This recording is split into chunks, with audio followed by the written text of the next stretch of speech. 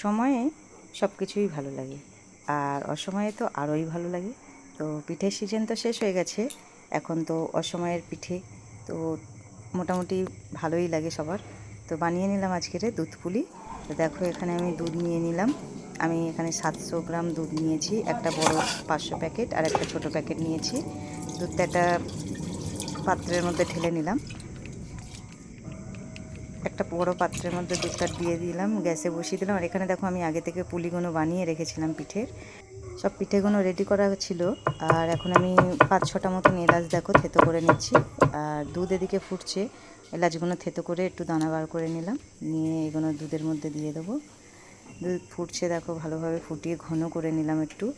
আর এর মধ্যে এখন এলাচটা দিয়ে দিলাম, দিয়ে এই দুধের মধ্যে আমি একটু দুধ গ্লাসে ঢেলে নিলাম। আর 1 প্যাকেট পাউডার দুধ দিয়ে দিলাম। এই পাউডার দুধটা দিলে কী হয় বলো তো, টেস্টটা আরও ভালো হয়। এমনি লিকুইড দুধের সাথে যদি পাউডার দুধ দেওয়া যায় তার টেস্টটা একটু ভালো হয়, তার জন্য এখানে আমি 1 প্যাকেট পাউডার দুধ অ্যাড করলাম। নাও দিতে পারো, এটা শুধু আমি টেস্টের জন্যই দিলাম। তো ভালোভাবে ফাটিয়ে নিলাম দুধটাকে, নিয়ে এই দুধের সাথে দিয়ে দেব। যে দুধটা ফুটছে তার সাথে এই দিয়ে দিলাম দুধটা। কে কে দুধ পুলি খেতে ভালোবাসো অবশ্যই কমেন্ট বক্সে জানিও। আমাদের বাড়ি দুধ পুলিটা আমার মেয়ে খুব ভালোবাসে, তার জন্য বানানো। তো দেখো এখন আমি সব পুলিগুলো এই দুধের মধ্যে ছেড়ে দিলাম, দিয়ে এখন চিনি দেব। চিনিটা যে যার পছন্দ অনুযায়ী মিষ্টি দেবে, যে যেমন মিষ্টি খেতে চাও। তো এইভাবে দিয়ে ভালোভাবে নাড়িয়ে কিছুক্ষণ আমি ফুটিয়ে নেবো ভালো করে।